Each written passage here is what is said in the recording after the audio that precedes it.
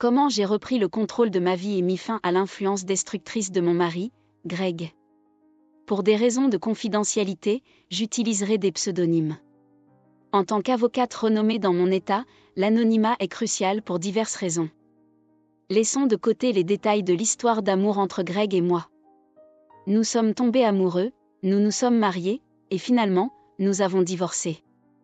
L'amour, semble-t-il, n'était pas réciproque, car Greg m'a trompée. Les signes étaient évidents, évitement, longues absences à la maison et fréquents voyages d'affaires. Bien que je ne sois pas impliquée dans ses affaires, malgré mon succès en tant qu'avocate, Greg me considérait comme un échec parce que je gagnais moins que lui. Un jour, pendant un autre de ces soi-disant voyages d'affaires, j'ai décidé d'enquêter. J'ai découvert un compte Facebook secret sur son ancien ordinateur portable, confirmant mes soupçons.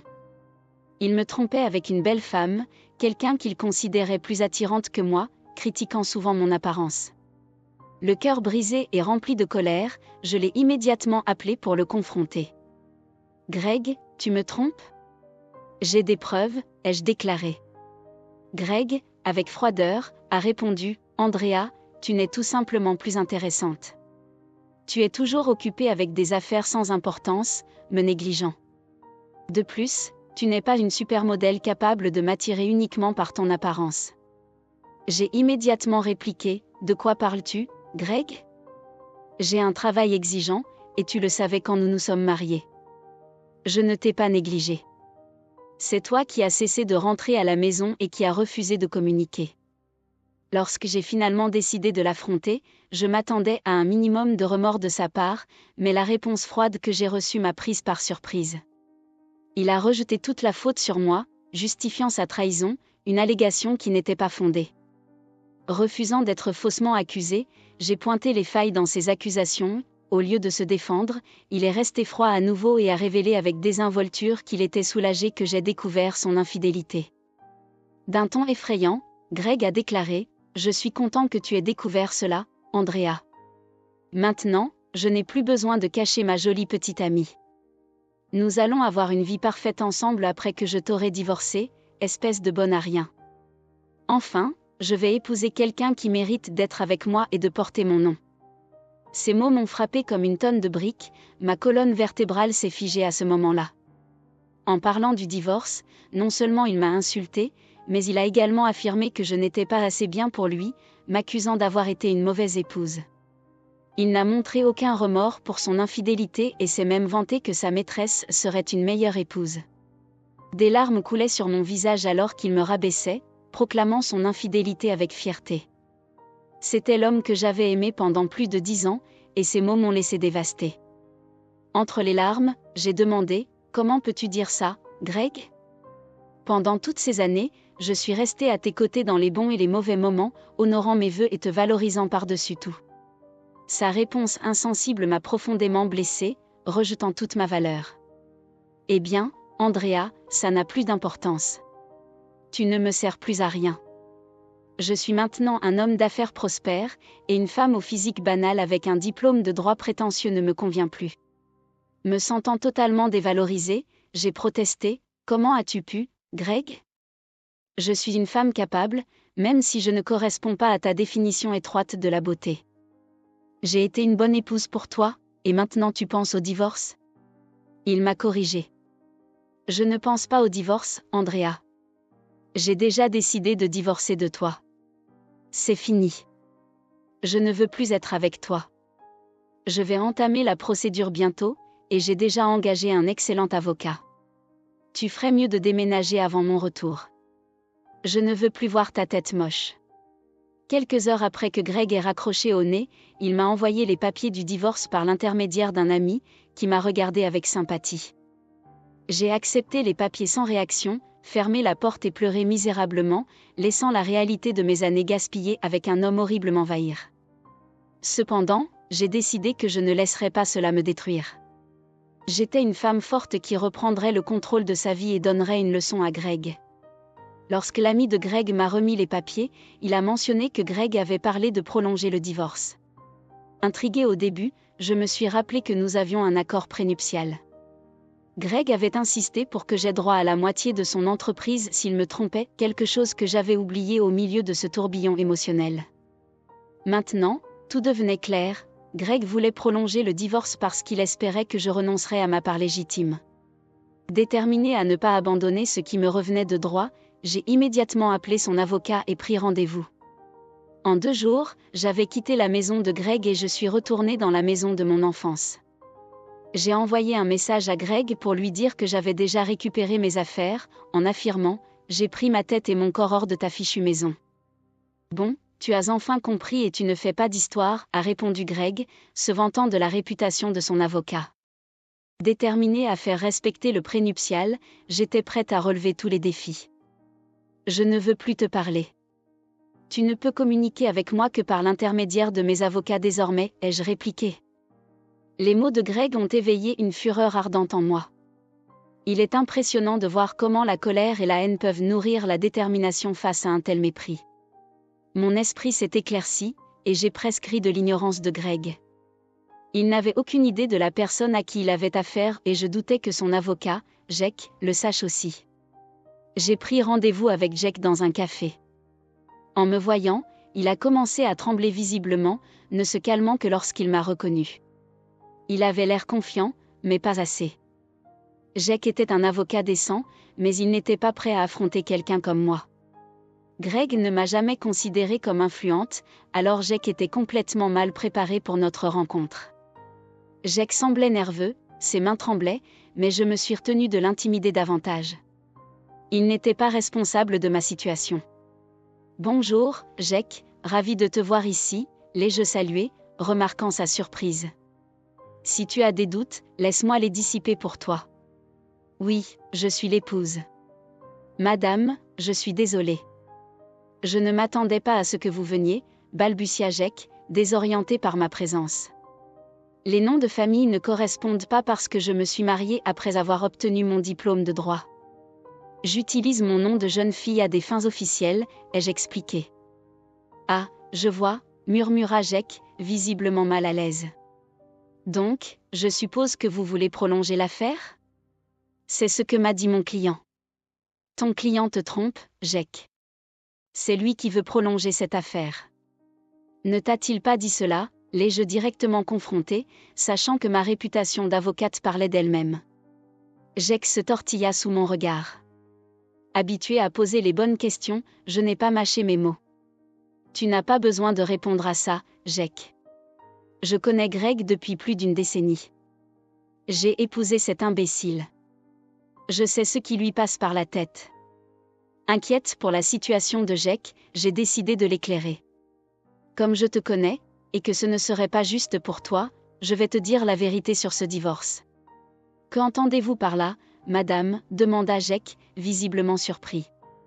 Mon cher mari t'a-t-il mentionné qu'il m'avait trompé ? Ai-je demandé directement, observant l'expression de Jake pour obtenir une confirmation. Sa réaction en disait long, confirmant encore une fois mes soupçons, et Jake fut pris au dépourvu par ma révélation. Je ne vais pas mentir, ça a blessé et heurté mon ego d'admettre à mon collègue que j'avais été trompée. Ce n'est pas une expérience agréable. Cependant, je savais suffisamment bien ne pas trahir mes émotions. Aussi humiliée que je me sentais, j'avais encore l'avantage, et j'en étais bien consciente. Jake, par contre, ne savait pas. Il dit « Ah, non, je pense que mon client ne m'a pas parlé de cela, mais il m'a averti que, selon ses mots, vous feriez des accusations infondées parce que vous voulez le ruiner. » Oh, pauvre de toi, Jake. Ton client t'a manipulé comme une marionnette, bien que cela puisse te réconforter de savoir que Greg pense que tu es l'un des meilleurs avocats qui existent. Eh bien, c'est un grand compliment, mais je ne serai jamais à votre hauteur, madame, confessa Jake.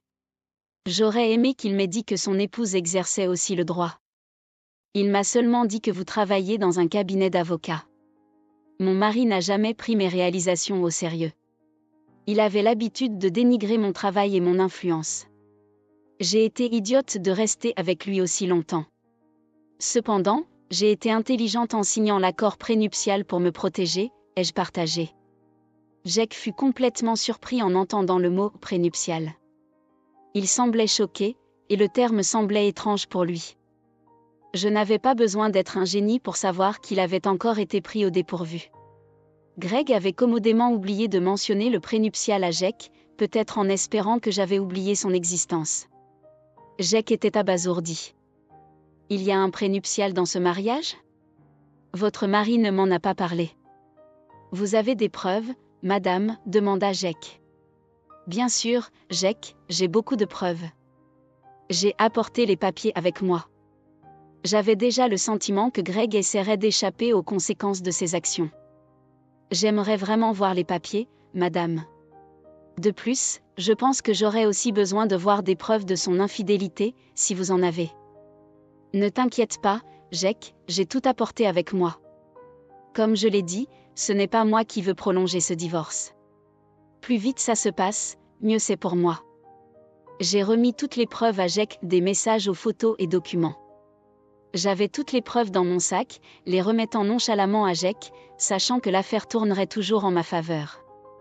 Jake examina chaque document minutieusement avant de soupirer et de sembler assez défait. Il me regarda alors et dit : « Je vois que vous avez des preuves solides de tout, madame. » Je n'étais au courant de rien de tout cela. Je l'ai bien compris, Jake. De plus, je sais à quel point il est difficile de travailler avec des clients peu fiables, surtout lorsque l'autre partie a un avocat tout aussi fort pour l'affaire. Vous avez raison à ce sujet, madame. Je pense que c'est tout ce que j'avais à discuter aujourd'hui. Je crois que je dois avoir une conversation sérieuse avec mon client avant de décider comment procéder dans son affaire. Je suis sûre que quelqu'un vous contactera bientôt, bien que je ne puisse pas garantir que ce sera moi. Je pouvais comprendre ce que Jake insinuait, mais je n'ai pas commenté. Je l'ai remercié pour son temps et j'ai quitté le café. Je suis allée directement au travail et j'ai commencé à préparer mes propres documents pour le divorce. Toute la tristesse qui persistait avait disparu. Une colère brûlante en moi me poussait à m'assurer que Greg paierait pour ce qu'il avait fait, et je savais qu'il n'avait aucune issue pour échapper à ce chaos qu'il avait créé. Il n'a fallu qu'1 jour pour que Greg me contacte. Il m'a appelé, malgré le fait qu'il m'ait dit de ne pas le contacter directement. C'était drôle, mais pas surprenant. Je savais qu'il se retrouverait dans cette situation.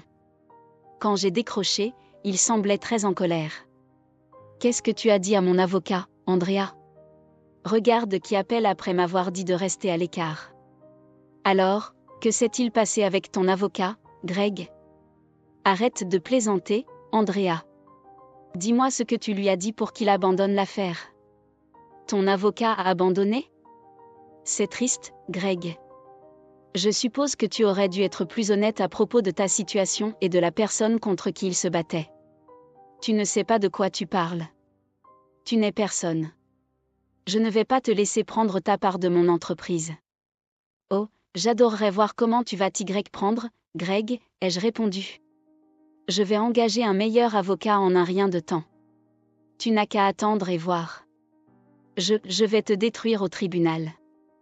Tu viendras me supplier de te faire grâce, a-t-il tempêté. Eh bien, ça semble être un plan, Greg. Bonne chance avec ça. Mais un conseil d'avocate, n'oublie pas de parler à ton nouvel avocat de ton infidélité et du prénuptial. Quand j'ai dit cela, Greg a simplement raccroché. Cela m'a fait rire. Il était dans de beaux draps, mais il ne le savait pas encore.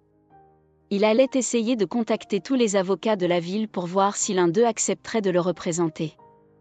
Je suis une personne bien connue ici, alors les gens savent qu'ils ne doivent pas s'en prendre à moi. De plus, quiconque serait assez stupide pour croire à ces mensonges serait ramené à la réalité lorsque je présenterai mes preuves. Greg avait dit qu'il me ferait supplier de le pardonner. Je savais qu'il ne s'agirait que d'une question de temps avant qu'il ne revienne à ma porte pour implorer. J'avais raison de penser que Greg reviendrait implorer à ma porte. Il n'avait littéralement pas d'autre choix. Un beau matin, alors que je me préparais pour aller au travail, j'ai entendu quelqu'un frapper à ma porte. J'étais un peu confuse quant à qui pouvait se présenter à une heure aussi étrange. Imagine ma surprise quand j'ai ouvert la porte et trouvé mon futur ex-mari avec un regard désespéré et abattu. Je l'ai invité à entrer, car je ne voulais pas faire une scène devant ma maison. J'avais déjà assez de problèmes à gérer. Quand il est entré, j'ai dit « Fais vite, Greg. Je n'ai pas de temps à perdre avec toi. » Je ne sais même pas pourquoi tu es ici. Nous sommes censés ne communiquer que par avocat. Oui, à ce sujet. Je n'ai toujours pas trouvé un bon avocat pour le divorce. Ah, quelle malchance pour toi, Greg. Tu devrais te dépêcher, car j'ai entendu dire que ta maîtresse meurt d'envie de se marier avec toi. Je ne m'inquiète plus pour elle. Écoute, Andrea, nous devons parler. Tu as saboté mes avocats pour qu'ils n'acceptent pas mon affaire. C'est très injuste. J'ai immédiatement éclaté de rire quand il a dit ça. Je ne pouvais pas croire que Greg ait eu l'audace de rejeter toute la faute sur moi. Cela montrait encore une fois à quel point il dévalorisait ma profession. Il pensait que, parce qu'il était prêt à dépenser de l'argent, les gens se prosterneraient à ses pieds. Mon cher, c'est une blague incroyable, Greg. Laisse-moi dissiper cette illusion pour toi, je n'ai saboté absolument rien. C'est ta propre stupidité qui cause des problèmes.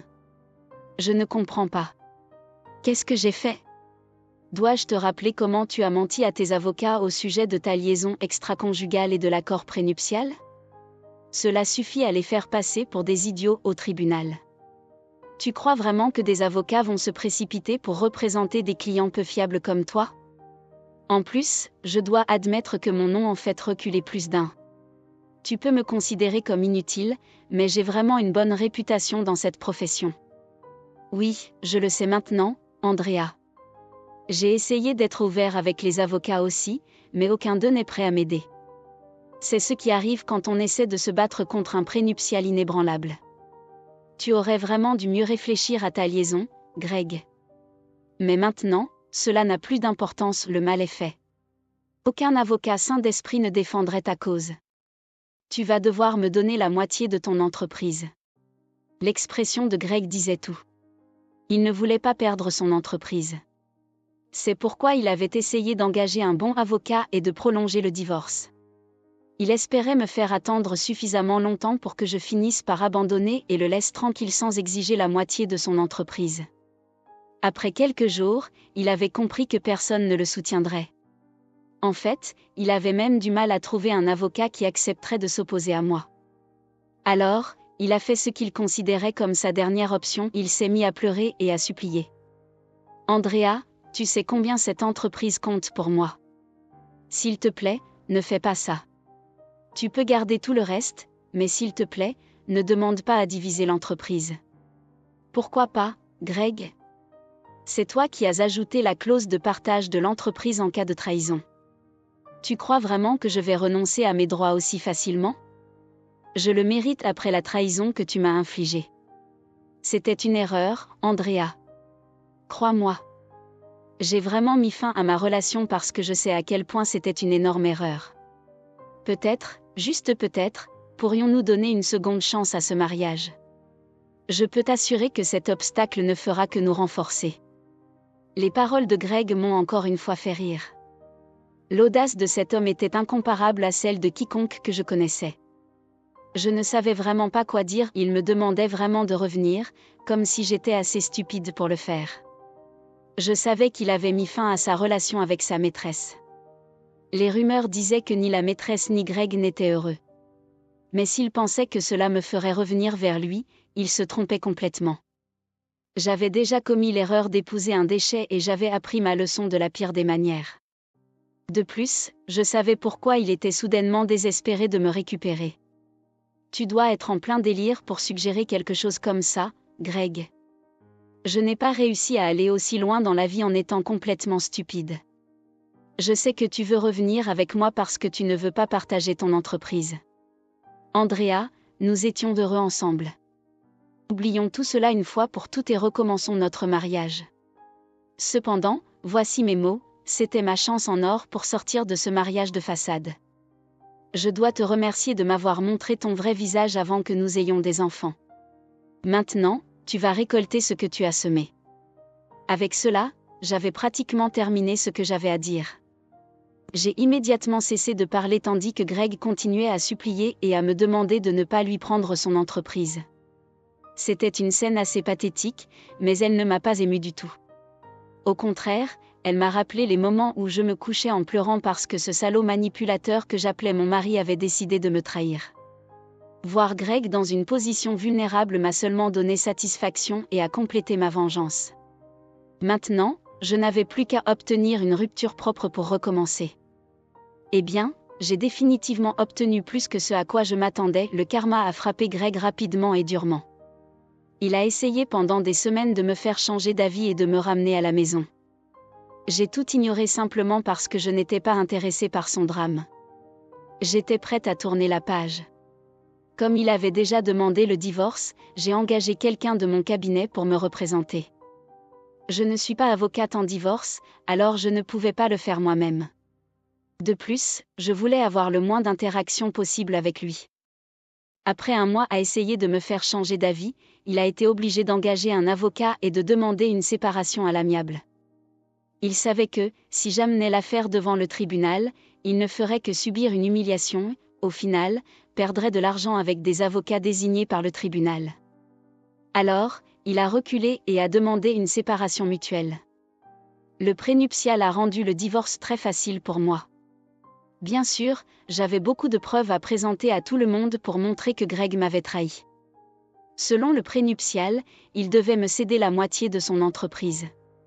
Il n'était pas content, mais il n'avait pas d'autre issue, alors il a transféré la moitié pour moi. Nous lui avons offert la possibilité de me racheter, mais il n'avait pas l'argent nécessaire. Maintenant, pourquoi un grand homme d'affaires comme Greg n'aurait-il pas d'argent, me demanderas-tu ? Eh bien, il a tout dépensé avec sa maîtresse, qui maintenant ne répond plus à ses appels ni à ses messages. Je suppose qu'elle a réalisé qu'il ne serait plus riche. Mais maintenant, personne ne veut sortir avec elle parce qu'ils savent qu'elle est une chasseuse de fortune. Ce qui va, revient, je suppose. Eh bien, la maîtresse était le moindre des soucis de Greg. Avec la moitié de son entreprise perdue, ses revenus ont été sévèrement réduits. Il a dû vendre sa maison parce qu'il n'avait pas assez d'argent pour la maintenir ou même payer correctement l'hypothèque. Actuellement, il loue un appartement qui est un sérieux déclassement par rapport au manoir où il vivait autrefois. Il a essayé de revenir vers moi, espérant récupérer le contrôle total de son entreprise. Eh bien, autant dire que cela n'arrivera jamais. Il doit maintenant continuer ainsi ou économiser suffisamment d'argent pour racheter ma part. Si tu veux savoir pour moi, je vais très bien. J'ai nommé quelqu'un pour gérer ma part dans l'entreprise de Greg, jusqu'à présent, les choses se passent à merveille.